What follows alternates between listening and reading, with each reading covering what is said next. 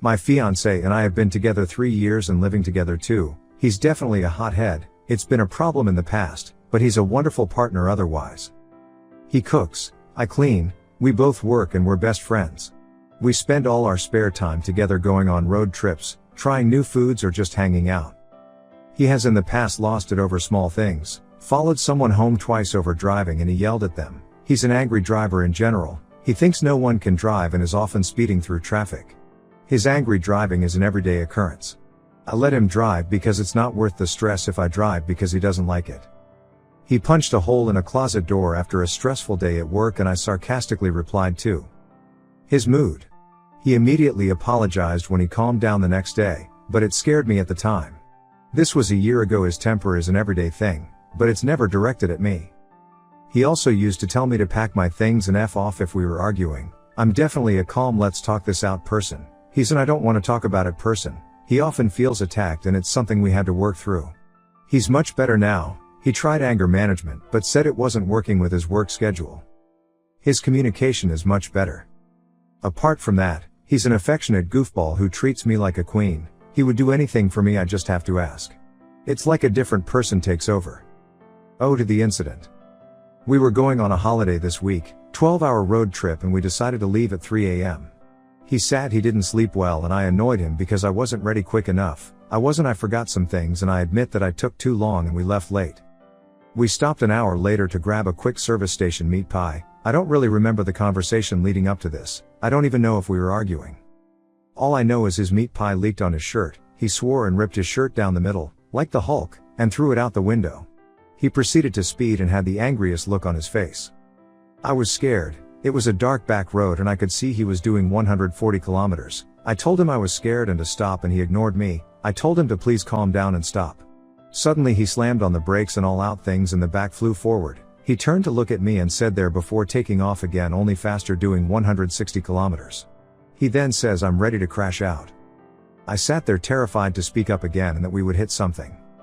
He stopped not long after and told me to drive because he was going to sleep. He woke up 2 hours later and didn't say anything about it. It was an hour or so after he woke up he said sorry about before, I was really tired. I'm in shock. He doesn't seem to think it was a huge deal. It's been 2 days and we've just moved on from it. He said nothing happened and he knows how to control a vehicle and why would he put himself in danger? I just need some advice. I'm starting to rethink this whole relationship based off this incident because I'm scared to tell my friends because they will hold judgments on him. Update. I'm so completely overwhelmed by the response from this group. I never thought I'd receive so many helpful and worried comments. I have 4 more days of this trip and since so many are telling me to be careful, I am not going to do anything until I get home. You've all shown me it's time to tell my sister and brother what's going on. They live in the same city. Thank you again for all your help. I feel so rattled. I've never once thought it was abuse. I just thought he needed help and support. Updates. Thank you to everyone who commented on my previous post. It's been a while since my original post and a lot has happened. The end of the relationship was nothing short of a soap opera. I spent nights in bed next to him on our holiday reading Lundy Bancroft's book and I was floored. All the comments were so eye-opening even if I didn't want to believe it was that serious. So many things were hitting home. So many things I didn't consider abuse, but these were things I wasn't telling friends or family about. I was protecting him from anyone knowing what he was really like. A part of the book referenced cheating and abusers as one archetype that matched a lot of my partner's attributes. I thought I was crazy, but over a week after we got home from our holiday he got home from work, we had dinner and he went to shower so I checked his phone.